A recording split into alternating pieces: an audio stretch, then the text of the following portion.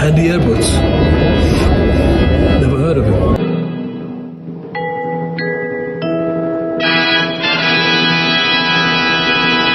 Hello, this is Andy Edwards and I'm out and about with Mojo the dog. That's Mojo down there, straining at the lead.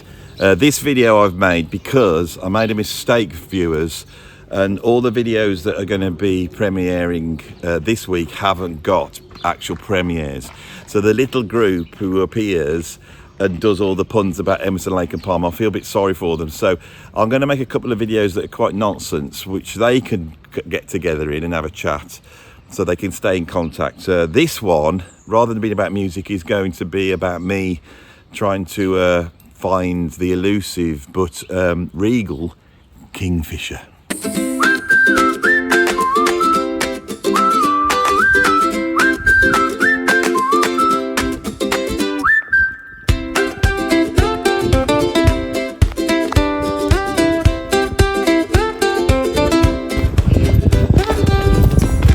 Hey Mojo, it's nice being on holiday, yeah. Oh, was that Kingfisher? No. I'd like to see a kingfisher, you know, Mojo. I've never seen a kingfisher. Have you ever seen a kingfisher? No, you haven't seen one. I'd love to see a kingfisher. They are the king of fishers, you know, the gold kingfisher. We're going down this incline here, Mojo, and we get down to the bottom. I wouldn't be surprised if there is some sort of waterway, and if you were to stay there for a while, keeping our beady eyes out for all sorts of flora and fauna, we may be lucky enough to spot the fisher of kings, the kingfisher, yes. But you can't try and get him. No, you can't eat a kingfisher. That's like against the law. That's like eating a swan, Mojo. No, you can't be doing that. But it's a lovely day today, and I hope we see a kingfisher. We see a squirrel, haven't we? You were quite civil with the squirrel, weren't you? It's always good to be civil with a squirrel. I've always said this. Some dogs don't agree with this, Mojo. But I think you being a gentleman dog, which you are, of course, English gentleman dog, you were very civil with the squirrel. You just said hello to him. You didn't go bolting. Did you? Anything like that? No. And the main reason is because you're a good boy, and on a public walkway like this, you go on the lead, don't you? We don't let you go roaming off all around, do we? No, we don't do that. Anyway, we'll come down here at the bottom of the Mojo, see what we can find. Yeah, I want to see a kingfisher before I die, so we've got to keep our beady eyes out. You're probably best off with your ears, because dogs have very good hearing, don't they? No, that's a cat, isn't it?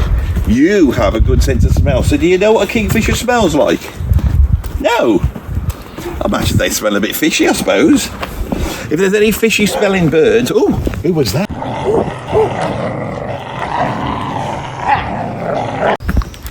Well done, Mojo. You finished that one dog off. He was quite big, wasn't he, jumping over the fence at us like that? But you got him, didn't you? Protected me. You being my loyal servant, canine servant. There you were, right to the neck, ripped his throat out. Messy. But you did a good job there. But don't be doing that to any kingfishers. The kingfisher, of course, is a lot smaller than everyone thinks. I always imagine that they're about that big, but they're not. They're tiny little things. And the reason why they're good is because they're shiny and green. And apparently they sit on branches looking into the water.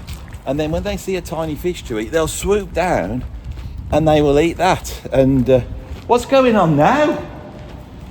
Where have we entered, Mojo? I think I'm dying. Mojo. I think I'm dying. It's happened. What's this? There's a light. There's a light. Listen to my voice.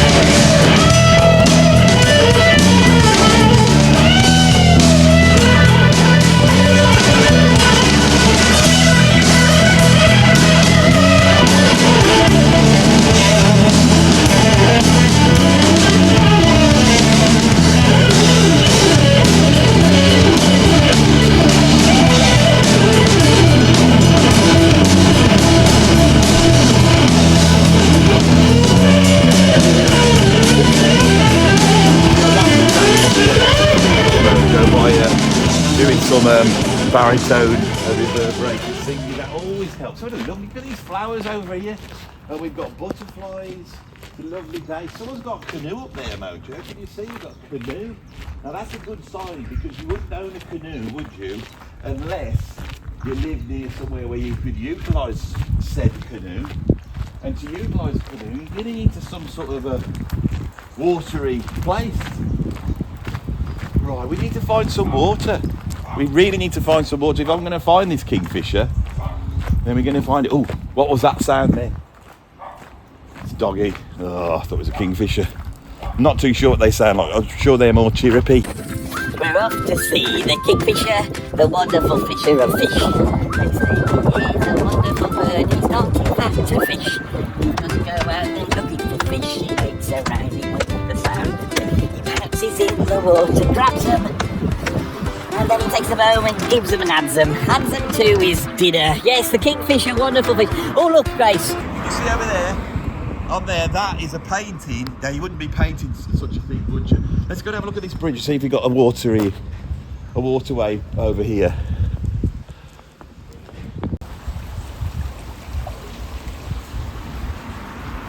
So we have found Mojo. I think we found it. Yes, you're not interested, are you? We found a waterway here, so it's just a matter of waiting, I suppose. So.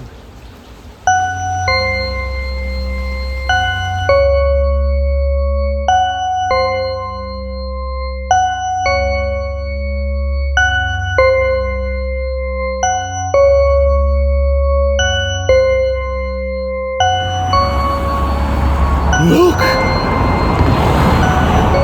It's a kingfisher.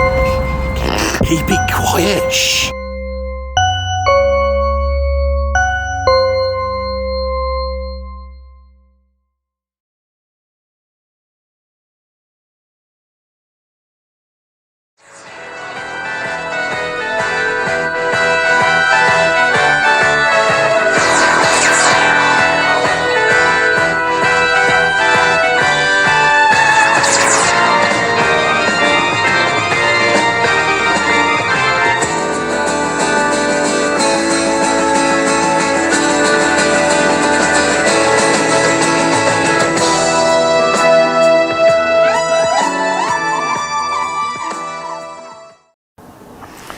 Hello and welcome to part one of a British history of popular music. I've been really itching to make these videos for a long time now, to try and tell the story of British popular music, which of course in the 1960s and again in perhaps the 1980s was the preeminent popular music in the world.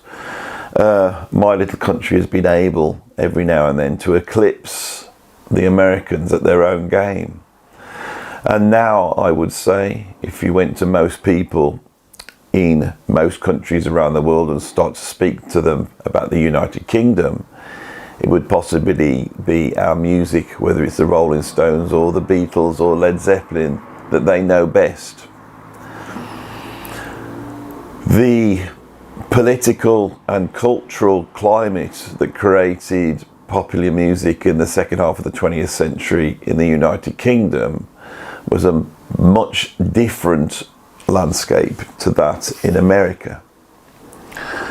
The affluence that creates the teenager in the 1950s was not quite the case here in the United Kingdom, but also we didn't have the black African American community driving popular music, and with that sort of embedding in the slave experience and the civil rights movement, that wasn't a thing in our country. And it could be seen actually that by the 1960s the political climate in the United Kingdom was quite harmonious, unlike that in the United States of America. So for a while now I've wanted to create a history of British popular. So for a while now I've wanted to create a series of videos exploring the history of British popular music, and by popular music we really mean rock music, taking into account the political and cultural climate that influenced that development from probably the war onwards. I've been aided in this by the historian Ben Finley, who is also an excellent musician with excellent knowledge of both areas, music and British history. These videos are primarily going to be a conversation between me and Ben, but I thought on this video I would just get us up to speed of where popular music was at the end of the war. Because of course, Great Britain, we had our own jazz scene. How could we have our own jazz scene? Well, two very important bands came across from the United States of America in 1919.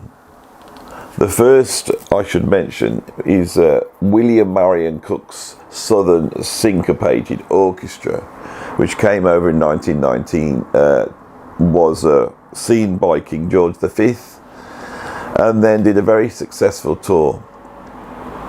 I believe they did a series of gigs in Glasgow that was seen by around about 350,000 people. Within that orchestra was one of the greatest early jazz musicians of all time, Sidney Bechet. But much has been made of this tour. The problem is that William Marion Cook was actually a classical composer and had studied under Anton Dvorak. This is an incredible achievement for an African-American musician. But William Marion Cook was a virtuoso classical musician, and the Southern Syncopated Orchestra I don't think was quite playing jazz, although it did give a chance for British people to see virtuoso jazz improvisation through people like Sidney Bechet. But I think it was much more of an orchestrated amalgamation of ragtime, minstrel music, bits of classical interludes and little bits of blues and jazz coming through composers like W.C. Handy.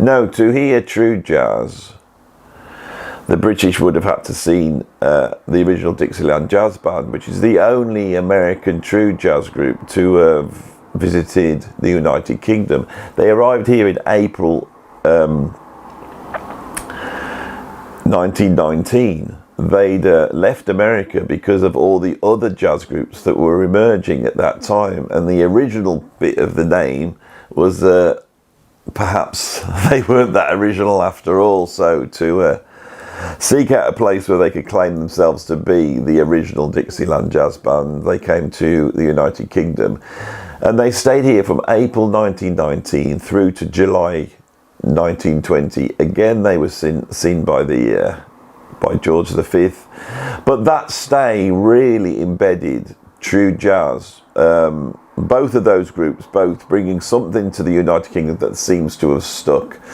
By the mid-1920s, we had our own fully fledged jazz scene. This is never spoken about at all. If you want to know a little bit more about that, believe it or not, go and check out my interview with Simon Phillips. Simon Phillips is an incredible drummer that's played in all styles, an absolute drum legend, but his dad was the band leader Sid Phillips, and Simon describes his band recording, big selling jazz records in true Dixieland style as early as 1926. We could hear the echoes of that in our pop stars at the time, like George Formby. George Formby sounds extremely English to us now, but if you actually listen to the arrangements that are playing underneath his very northern sort of singing, it is an approximation of Dixieland jazz. The jazz scene develops through to the 1920s, through to the 1930s. As the big band sound starts to emerge, we also have an echo of that. But our jazz scene, I think, is much more allied to a sort of cocktail jazz scene, something that was always bubbling in and around the jazz world. But what emerges out of the war is a keen interest in early jazz and trad jazz. And now, as you can see, we see that there is actually, by 1946, we've had at least 25 years of a developing jazz history in our country. This is something that never gets mentioned. Jazz escapes the bottle as soon as it's recorded. And jazz as an art form is first appreciated in France. They create a publication, and a club called the Hot Club of France, and around that coalesces a series of musicians. And in France, we have the emergence of two of the greatest figures in the history of jazz, and perhaps two of the greatest non-American jazz musicians to have ever worked and recorded outside of America, which is, of course, Stefan Grappelli and Django Reinhardt. With the advent of the war, we see Django staying in France, and as a gypsy, only escaping the gas chamber because of a Nazi fan, assessing his case. Stefan Grappelli, throughout the war, resided in the United Kingdom. And so it must be mentioned that there was a crossover between the very exciting and innovative jazz scene in France with our jazz scene here in England. But of course, we're not talking about the history of jazz. Modern popular music is built out of two things, jazz and the blues, and country music, or we could describe that as American folk music. Those influences come into our sound in a very strange route, a different route to what happens in America. Yes, the jazz is there, but the interest in Dixieland jazz, through the work with Lonnie Donegan, moves to an interest in what we could call American folk music, which straddles blues and some of the folk forms that turn into country music. The blues arrives in the UK. Well, there's a huge interest in the blues through artists like Big Bill Broonzy, who is visiting the United Kingdom throughout the 1950s. But as we go through this history, the explosion of white electric blues in my country in the 1960s really defines rock music. So this is very important. And it's very interesting to go through this story, and I don't think anyone's done it like this. So I'm now going to pass over to myself and Ben, and let's take up the story from around about 1946. Ben, there's been a lot said about the sort of affluent cultural climate in the United States, which sort of propels rock and roll, the advent of the teenager, all driving around in their nice cars, going off to spend their money, in various coffee bars and stuff like that. Of course, here in the UK, it was a lot bleaker after the war, wasn't it, for the British people? Can you sort of give us an overview of what it was like culturally in the UK? Yeah, so if we look at after the war, the situation that we were in, Churchill basically comes to the end of his tenure. That very shortly afterwards, there's a general election in 45. Attlee is voted in, basically to implement the reforms that had been drafted up during the 1940s and the William Beveridge report, to basically implement the welfare state. And this was a program to go forward. Also, what you find around the same time, and this is talked about a lot, is this idea of a post-war consensus, that broadly the main parties agree on the same things. And some of those themes would be full employment, a welfare state, a mixed economy, not nationalisation, but with also elements of a free market as well. But very different at the time. Basically, it was very austere after the war. So where you hear with America, this age of the teenager, as you talk about, this happens in this country, but we have this particular very British version of it. What's important, I think, that on the ground to remember at this time is even though things are reasonably bad, you had a more mobile working classes in terms of education. following on from the autodidact tradition of learning for yourself and things through like the Workers' Education Association that started in the 1900s. You had strong trade unions and people's jobs protected, and there was a feeling that this could move forward somewhere else as well. But also you did have in schools just simple things to iron in the everyday sort of cultural standards of everyone. I think you've talked about this before, of everyone staying in their lane. That idea, all things bright and beautiful, the rich man in his castle, the poor man at his gate. Well, this idea that this is destined and this is made and we stay in our place. And what comes out of it, obviously, with a creeping Americanization, particularly with the advent of television, which a lot of people get in 1952 for the coronation for when Queen Elizabeth II comes in, and magazines, comic books, all of this sort of stuff, you start to get the influence of America really writ large.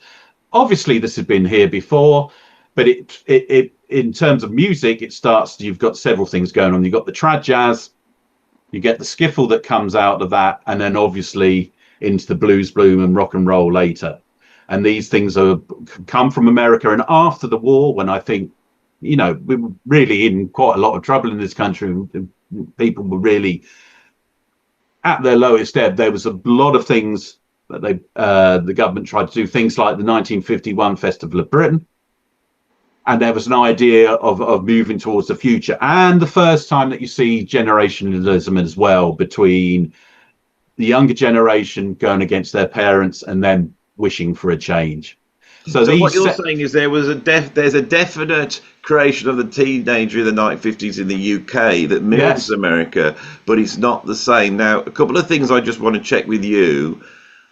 The British people, as in working class people, normal people, weren't particularly affluent before the war, were they? No, not at all. And so I think things were a lot bleaker than people realised for the British people. Yeah. And so going into the war, you get the feeling that a lot of people who were signing up into the army were for the first time having a little bit of solidity, decent meals, and because most people weren't fighting on the front. And also, I think something that's worth you mentioning is the fact that we, before D-Day, we had this huge influx of Americans. Yes, indeed. Can you explain what the effect of was that? Because it wasn't entirely positive, was it? It wasn't positive at all, particularly obviously for a lot of men that were away in the army and in the war at the time as well. But it brought an influence. It brings a glamour.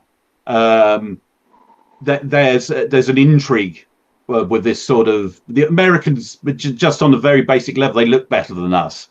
The British was notorious at that time for, one bath a week and bad teeth and terrible diets. And obviously rationing continued right through until 1954.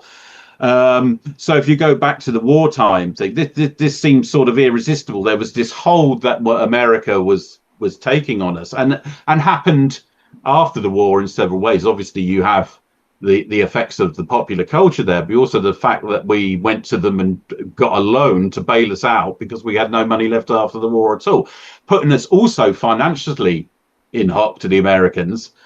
And then culturally, it comes along as well. And what happens is, in the left as it was at the time then, there were many people that were just not very happy with that. You had people like Richard Hogarth, who wrote the book, which I have here, much of a visual aid, The Uses of Literacy, that wrote about the effect of jukeboxes and cafes and the milk bars and the effect this had on working class culture, particularly in the North. And that this was a really bad thing. It was going to ruin the tradition of self-education and people reading classics and Shakespeare, which was a huge thing that's just not remembered now that happened amongst the working class. This is really interesting. I know my favourite film is A Matter of Life and Death, which was it came out in 1946 after the war, yes. after Powell and Pressburger had done so many films about the war. And what's remarkable about the Powell and Pressburger films is they portray the teenager before anybody else. It's like it has a 1960s feel, often of young people trying to find something out or searching for something. And Matter of Life and Death really explores what seems to be a mismatch between British culture and American culture, which of course they play out in this heavenly court case. And there's lots of laughs as they sort of play, cricket narration as an example of British culture, and then they play Frank Sinatra as American culture, and both sides are baffled. And as you say this, I wonder whether what happened is our British teenagers, they were drawn to the American culture coming over, whereas the parents weren't. Absolutely, and some of these figures that I talk of, people like Hogarth and that were really, Richard Hogarth, sorry, were really against that sort of thing. They thought it was shiny barbarism, he called it. It was one of the phrases that was used. But it was definitely there. I used to show to students a Pathé newsreel called The Age of the Teenager, all in very plummy tones. This is the age of the teenager. This is, all of this sort of stuff was happening here. But what's interesting about it is obviously this particularly British view that we have that you just don't have in America. But it really shows, as I said before, there is always been an influence, or there've been an influence from America in the 20th century. But this is writ large with several things overlapping at the same time that would often end up in the 60s and rock music. So as I said, when I used to teach students, I lay out this second half of the 20th century. This is overture to the 60s and what would go on when everything, which we will get to as well, obviously, but when everything opens apart there. Can I ask you about this autodidact self-education thing? Yeah. Because when you read interviews with 1960s rock stars, they will often mention older brothers or sisters that were part of societies that were like listening to American blues, usually Big Bill Broonzy or flamenco, and the skiffle movement seems to come out of, and it's almost like a left-wing middle class idea of a utopian future. The people that latch on to what people like Leadbelly are saying are leftists, really. They think there's, and they're quite old middle class leftists. Yeah, that's in the trad jazz thing, and particularly in the folk movement. That was probably the biggest place where a lot of the left went. That was there, and all of those things obviously bleeding later into the marches, the CND marches, the Aldermaston marches that start in the late 50s, and the rise of CND. That this is quite a middle class, very well-meaning movement that people join. So it's there. I think that there's lots in terms of class. It does cross. But there is, a middle class sort of,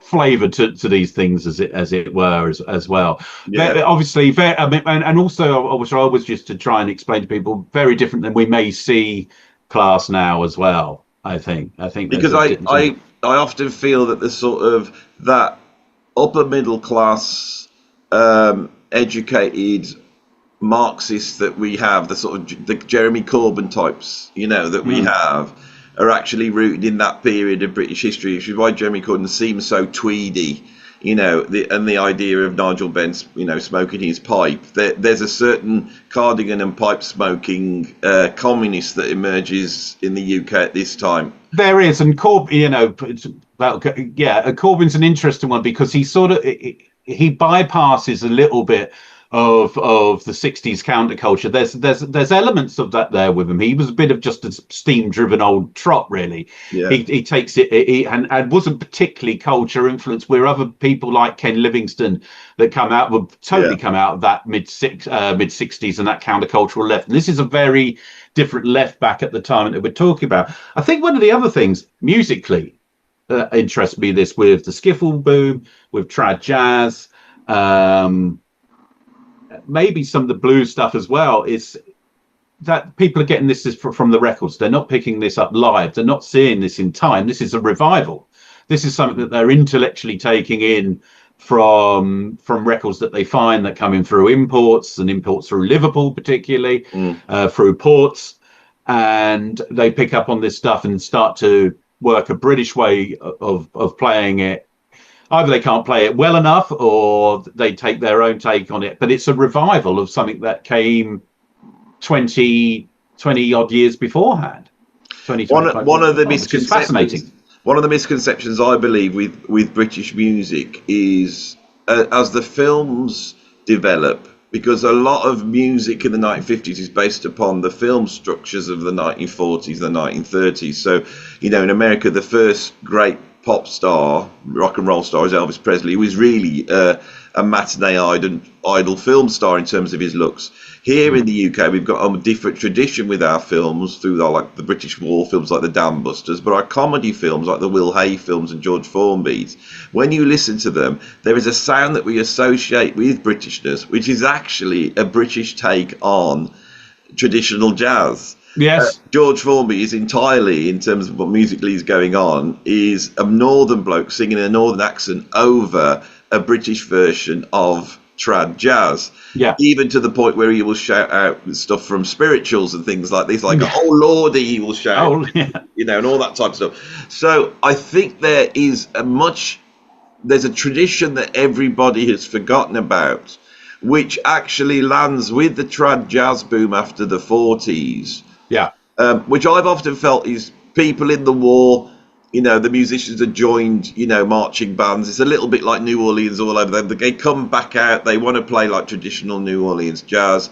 And then it's Chris Barber, isn't it, that pulls in Lonnie Donegan and says, shall we have a sort of more American folk? Yeah, and Ken Collier and people like that. And there's a real purism that you see later in the British blues purists, with people like Clapton and stuff like that. That there's this real purism. I mean, Ken Collier went in the Navy, and he actually, so he could go to New Orleans, join the Navy, jump ship in Mobile, Alabama, so he could go down to New Orleans, and ended up playing with George Lewis in like the Preservation Hall or one of the clubs there. And George Lewis asked him to join the band, but he couldn't because of like green card and immigration and all of this sort of stuff. But he went there. He was that intent. If you're that intent on learning something, then you want to see it face up that you join the Navy and jump ship in Alabama and take a Greyhound to New Orleans. You're into it, aren't you? I feel this is why we're doing this, because I think this period in the 1940s of the trad boom and what's actually going on, and people sort of the dislike of America in British culture, but these people who were at the time very young, looking to American culture, like 20 years before we see it in the 1960s. You've also identified something, because my dad played in a trad band in the early 50s and a modern jazz band. There was a contingent listening to Stan Kenton as well. Yes. There was a contingent listening to Dave Brubeck, and then there was the trad guys, and they didn't cross over. And my dad was in the neck because of, and I think that dynamic is seen in the 1960s when we start to see John Mayall and Alex Corner, who are borrowing jazz guys, modern jazz guys, and traditional blues players, and then that integration is going on. Could you say a little bit about, with the advent of the National Health Service, how much is the fact that, British people are now got, they've got glasses and they can get their teeth sorted out. How much is that playing a part in a kind of affluence driving? That's an interesting one. It's after, as I say, after 45, those first 2 years are bleak, but with national health in 48, and also things like family allowance, all of these things that are coming in as well. People, I think there's a confidence that people start to grow within themselves and their own self-confidence as well. Mixed with, I think, for the generation growing up, quite a fear of war again. That becomes a dominant thing. So you've got several things going on. You've got that there. They've also got the fact there's probably nothing to lose. I think that comes into it as well. A generational difference. And also when you went to the 50s, and when the 50s really start to pick up come the mid-50s, you've got the assurance of a welfare state, but you've also got a mixed economy that starts to boom, and you start to to get some relative to where we were, some affluence and consumer society, which the Conservatives were very. So obviously you've got this post-war consensus agreement, but within this, so often had students say to me, well, that means they're just all doing the same thing. Well, it doesn't. There's a difference here, is that the Labour Party, or the Attlee government, wanted to keep rationing for as long as possible. There was going to be no end to this. This was a programme forward, and it's quite an austere, tough. People like Stafford Cripps, who was a sort of like a communist in the Attlee government. There was a strong programme here that they wanted to continue, and thought this would bring, as in terms of equality, like economic equality all the way across. The Conservative government come 51 and Churchill returns. The first card they play is we're getting rid of rationing. This is like this. It's highly unpopular. People might be able to see. I think there was a lot of people that could see at the time. Yeah, okay, I could see why this would work. But by years of war and then the post-war times, and still the majority of the country of outdoor toilets, all of this sort of these things going on, no one wanted that anymore. They were hidebound to sort of grab something better. So again, big splits in the left with that. You had people like from Tribune going to see, especially houses, people's ideas of what they wanted, interior design. It became very much that sort of thing, and really the left not knowing until you had this thing, the new left, come along. People like Stuart Hall, the sociologist and cultural studies professor. It's a knockout bloke, not that Stuart Hall. Not that Stuart Hall. So don't get all that going in the comments. Stuart Hall, the cultural theorist. So Churchill coming back was a little bit like a kickback again. But Churchill was very anti-Russia. He was right about the Iron Curtain, and so I feel that there is a very strong socialist ideal in skiffle, and then rock and roll, and then the blues boom. There is also a very strong idea that we are not going to be fascistic, and there's a softening towards a sort of Marxism. I grew up in a period where, leftists were always trying to describe how great Russia is. They're not our enemies. There's lots of that type of thing going on. How does skiffle empower people? I think it's so different to the rock and roll era in America. It predates the rock and roll boom, but it allows the British to be involved in the rock and roll boom. I think it's one of the first definite signs of cultural democratization, is that you see that it's relatively expensive. You can, it's tea chest bass and a washboard and an acoustic guitar, and so it's accessible financially. It's accessible to be able to play. What do you need? There's 3 chords to be able to do skiffle. Yeah, it's fun. It creates a community for people. It creates a youth culture with dances and stuff like that don't bring anything to do with the folks before your parents into it. And it starts creating its own. It looks incredibly twee now, doesn't it? When I used to show this to students, they'd be like, "What's this about?" But within that, there is something that it sets up, that it starts breaking away. It's what it makes sets a precedent for, really, I think. So yeah, skiffle was definitely. Billy Bragg wrote about it years later. He wrote a book about it and said he saw it as on a par with the punk thing in the late 70s. Yeah, I think this is the point to make, and it's like those sort of working class kids, like people like the Beatles, and also middle class kids who had in a way were able to drop down to something that their parents, you get all the stories of the Royal Plants and Jimmy Pages, that they were going to become accountants and all that, It was on telly the other night. It was on television. Jimmy Page playing the guitar when I'm James Page, and when he's 11 whatever playing skiffle, and then they say to him something like, "What do you want to be a musician when you grow up?" And he goes, "No, I want to be a biological explorer." And I think, well, he bloody did that. But I think we've pretty much explained the cultural background of what makes skiffle so important in the history of music. One thing I think we need to clear up is the fact that, was it Chris Barber then brings over Muddy Waters, doesn't he? Muddy Waters in 1958. So he brings over Muddy Waters, and he brings over Otis Spann, Muddy's piano player. I had to mention Otis Spann, of course. And it actually doesn't go down terribly well. Why? The reason being is Muddy's playing, and it is his Telecaster. He's playing electric guitar, like loud slide Chicago blues. Now, of course, everyone's picked up stuff from the records. So everyone thinks it's going to be like a Big Brill Brunsey. And in the program, there's a note in the program saying this is a link back to the old sort of American folk tradition. Muddy Waters comes out playing Mojo Working and standing around crying, all this sort of stuff. And everyone's thinking, what the hell is this? I think this is key, and there's been a whole film made about Bob Dylan going electric, and now that sort of ushers in rock and roll. Not in this country.